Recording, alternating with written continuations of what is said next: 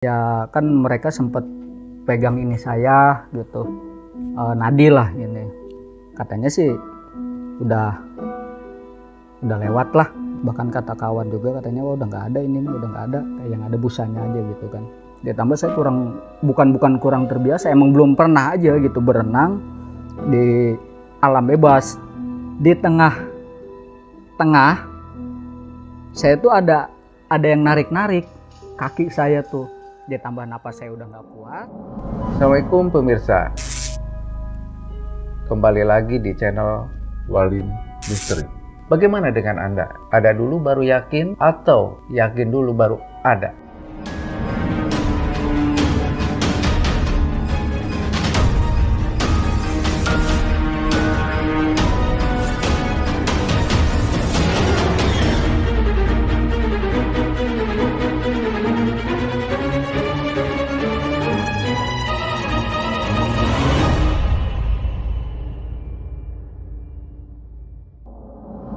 Dan saat ini saya kehadiran salah seorang yang punya pengalaman mistisnya pada usia masih lajang. Dan seperti apa kisahnya? Mari kita sambut. Assalamualaikum. Waalaikumsalam. Kang Rais, apa kabar? Alhamdulillah. Tahun berapa pada waktu itu dan kejadiannya seperti apa sih, Kang? Tahunnya itu tahun 1996 tepatnya. Kalau untuk bulan mungkin saya lupa lah ya. Kejadiannya itu tahun 1996. Pada saat itu saya masih bujangan, masih perjaka. Saat itu mungkin yang namanya masih jiwa muda, segala sesuatu hal tuh pengen tahu, terdorong sama jiwa nekat lah gitu. Pada saat itu hari tetel mun di lembur mah bahasa Sunda Campur nggak masalah. Oke.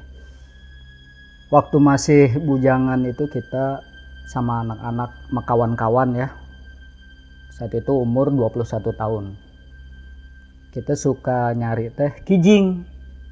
Namun di Subang mah bahasa Sunda teh kijing anu siga Kayak kerang gitu ta. Oh, gogo gitu. Kejadian persisnya itu pada saat itu saya di irigasi. Kemudian lamun cek bahasa abdi di lembur mah bahasa saya eta teh irigasi disebutna royek. Nah, irigasi eta teh kaleresan tempatnya namanya itu sipon. Nya kerbujangan kerlengoh gitu nya. Waktu belum nikah rambut saya masih panjang. Akhir kita nyari kijing tuh di pinggir-pinggir. Nah, di situ kita kurang puas. Cek babaturan teh, ayo orang kabelah ditu. Nah, kita kesana pindah. Ayo, tapi muntas weh. Nah gitu. Muntas weh. Saya teh geus ngomong ka babaturan teh. Moal sanggup, teu kuat, saya mah napas ngapondok. Pokoknya teu sanggup we saya teu sasadu. Karena lebar. Itu lebarnya kisaran 10 meter lebarannya. Irigasi itu lebarnya kisaran 10 meter. 10 meter. 10 meter lebih gitu. Saya udah bilang ka babaturan teh, moal saya mah rek jalan luhur we, jalan sasak gitu. Sasak sipon teh pintu air. Iya. Batasan dari Sungai Cijengkol namanya. Masih masuk wilayah daerah Subang. Nama kampungnya itu Bakanbuer, perbatasan sama kampung Pringkasap Kerajaan. Kan loba nu ngeleknya, banyak yang istilahnya cuma elehan cek eta teh. Cek babaturan. Nyarana masih bujangan jiwa muda, sok tertantang we pan dipancing-pancing gitu teh.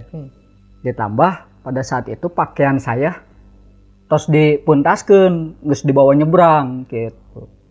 Nya kapaksa saya teh. Arti aslinya emang benar kepaksa saya gitu. Nah, saya ikut mentas. Cek babaturan teh lamun teu kuat kayak nyekelan ka tak saya gitu, nyekelan ke pundak. Oh bener orang teu kuat ya nya. ke Muranteng. Maksudnya nggak kuat renangnya? Iya, nggak kuat soalnya kan saya yang paling 3 meter juga udah ngap-ngapan. Ini kan apalagi jauh gitu. Ditambah saya bukan kurang terbiasa, emang belum pernah aja gitu berenang di alam bebas. Ya, paling ada juga berenang dulu waktu masih sekolah-sekolah gitu, paling di kolam renang gitu ya. Ini kan di alam bebas itu sebutnya di sungai ya, di irigasi, di sungai buatan gitu. Pada saat saya berenang itu di tengah, udah sampai tengah lah, saya emang udah nggak kuat. Kebenaran waktu itu teman saya namanya Edi. Kurang geus kuat, nyanggeus nyekelan weh gitu. Nah, saya nyekelan. Perasaan saya di belakang itu masih ada rekan, masih aya keneh babaturan gitu anu ngebak. Perasaan teh di tengah saya tuh ada yang narik kaki saya tuh. Ditambah napas saya udah nggak kuat, ya mungkin kram, tapi nggak kram banget, yang pasti saya udah nggak kuat lah gitu. Entah jarak berapa meter ke tepiannya lagi. Nah, di dalam air itu kaki saya ada yang narik.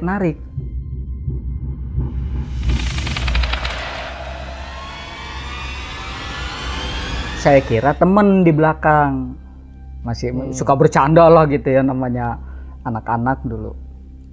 Otomatis kawan yang saya pegangin itu dia kebawa. Ejek baturan teh nyantong ngelelep kan atuh muranteng teh gitu. Soalnya kebawa sama saya yang ditarik-tarik dari bawah kakinya. Nah, saya dalam hati ngomong, bicara. Aisan tong heureuy di jero cai, heureuy mah engke we di luhur, sok lagu kumaha wae ge, bahasa sompral gitu nya. Ya, tapi dalam artian heureuy, karena saya pikirnya di tukang aya keneh babaturan. Henteu lila barang saya kos kitu ditambah dilesotkeun babaturan. Dia bukan ngelepasin secara sengaja, mungkin karena dia juga berontak, saya tarik gitu ya. Saya tarik, bukan saya tarik karena saya sendiri ke bawah gitu. Saya ada yang betot dari bawah, otomatis kawan yang saya pegang itu pundaknya dia ke bawah juga kan. Nah, dia merasa risih atau gimana, dia juga nggak mau gitu ya. Otomatis dia juga karena ikut bergerak, saya terlepas dari pegangan kawan itu. Nah, terlepas di situ saya udah hilang. Hanyut. Ya. Nah, saya itu udah nggak sadar udah hilang. Yang mungkin pada saat itu sebelum saya hilang kesadaran 100%, yang terbayang itu orang-orang dekat saya yang sudah almarhum, seperti ibu saya gitu ya. Ibu saya emang udah almarhumah pada saat itu. Nah, terus kawan-kawan saya babaturan nutos paraeh kebayang itu dalam ilusi saya, tapi emang bener nyata. Nah, setelah itu saya udah nggak inget apa-apa. Saya coba mengorek informasi kejadiannya gitu ya, karena saya di luar kesadaran, saya nggak tahu. Saya coba ngorek informasi sama kawan setelah kejadian itu gitu. Makanya saya bisa bercerita itu karena dari informasi kawan yang menceritakan ke saya. Oh, maneh teh kieu. Kawan saya itu menceritakan persisnya kejadiannya. Saya cerna dulu ya. Dari lokasi tempat saya biasa bermain, yaitu di Pringkasap Kerajaan ya, dulu ada salah satu rumah tempat kita nongkrong lah, base camp. Nah, jarak dari saya itu tempat saya base camp ke lokasi yang namanya sipon irigasi, ke tempat kejadian itu kisaran 30 menitan lah kalau kita jalan. Oh, perjalanannya. Lebih bisa. Nah, saya bilang itu kok bisa gitu. Iya. Urang teh kalembur ngebejaan. Tah nu duaan teh babaturan. Si A si B nya masih neangan. Jadi yang berdua itu Kang dia ke kampung, ke tempat kita base camp ngasih kabar yang si Rais teh tilelep. Oh, yang 4 orang semuanya kawannya. Kawan yang sebagian 2, yang berdua itu kita semuanya berempat, 5 sama saya. Yang berdua itu dia ke kampung ngasih kabar ke saya, ke keluarga gitu ya. Dan saya teh tilelep gitu, kelelep di Sipon. Nah itu orang kampung ya geger ada orang tilelep gitu. Hanyut ya. Hanyut. Nah jadi dari sekian jarak ke situ, dari kejadian sampai ke tempat base camp kita nongkrong itu kisaran 30 menit. Jadi saya itu kelelep ya kisaran segitu mungkin waktunya, 30 menit itu lebih. Kenapa saya bisa bilang lebih? Setelah dia ngasih tahu kabar ke tempat base camp, nah rumah saya pribadi, rumah tinggal saya itu jauh lagi dari base camp. Kisaran berapa puluh menit itu dari base camp ke rumah? Itu 30 menit juga lebih.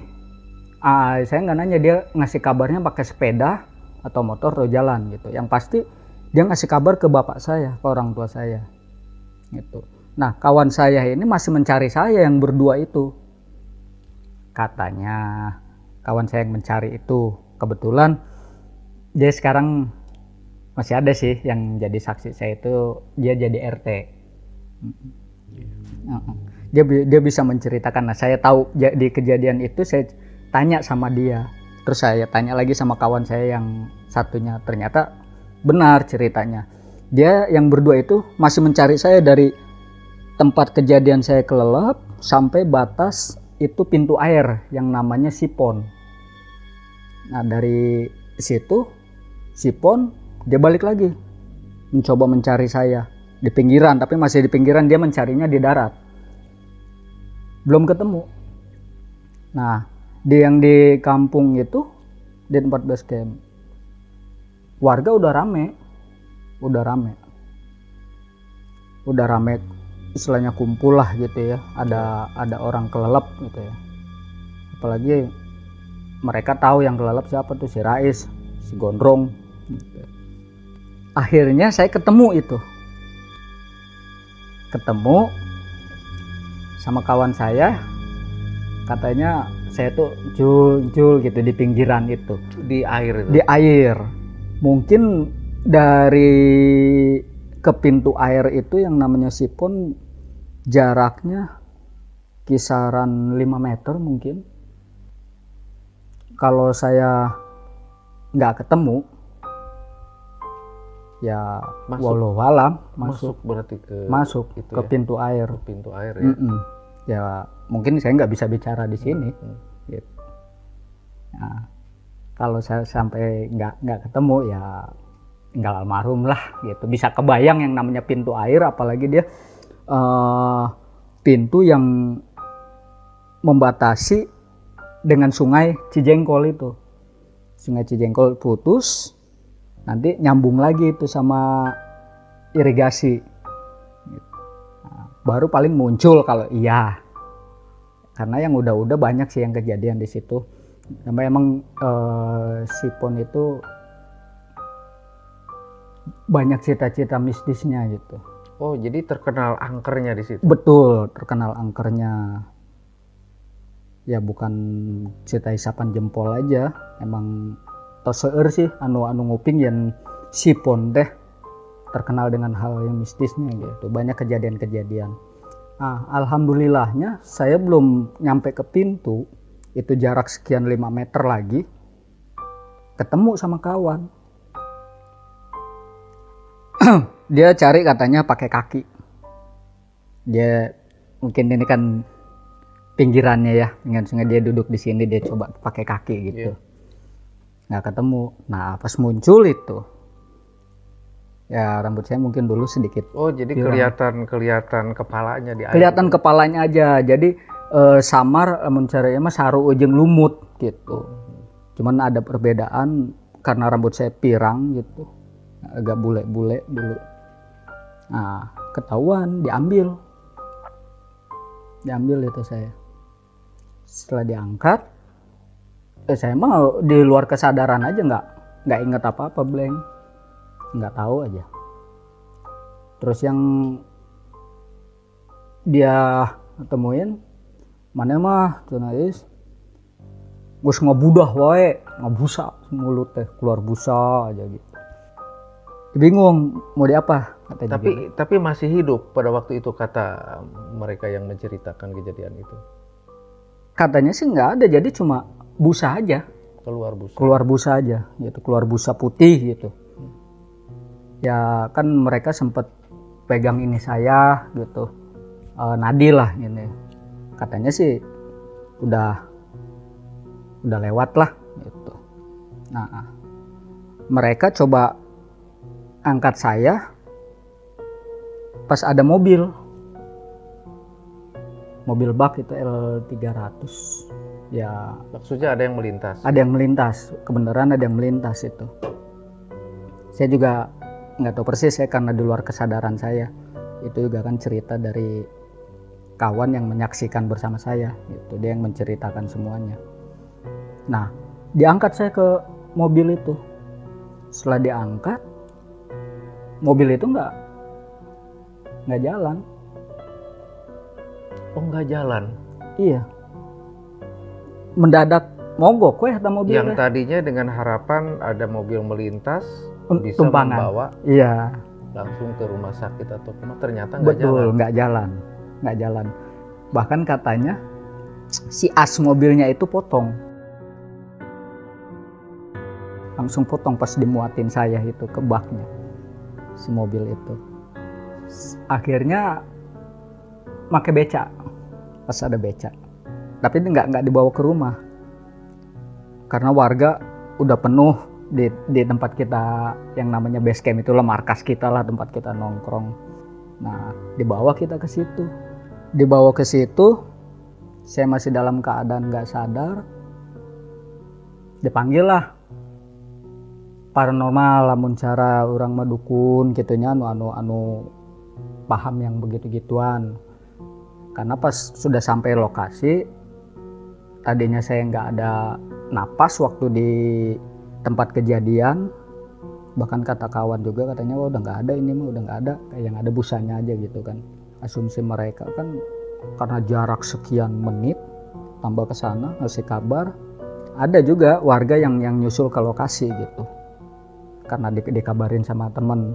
Ada juga warga yang nyusul ke lokasi, ikut angkat saya ke mobil. Nah, pas sampai ke tempat base camp itu, markas tempat kita nongkrong, kita nggak dibawa pulang.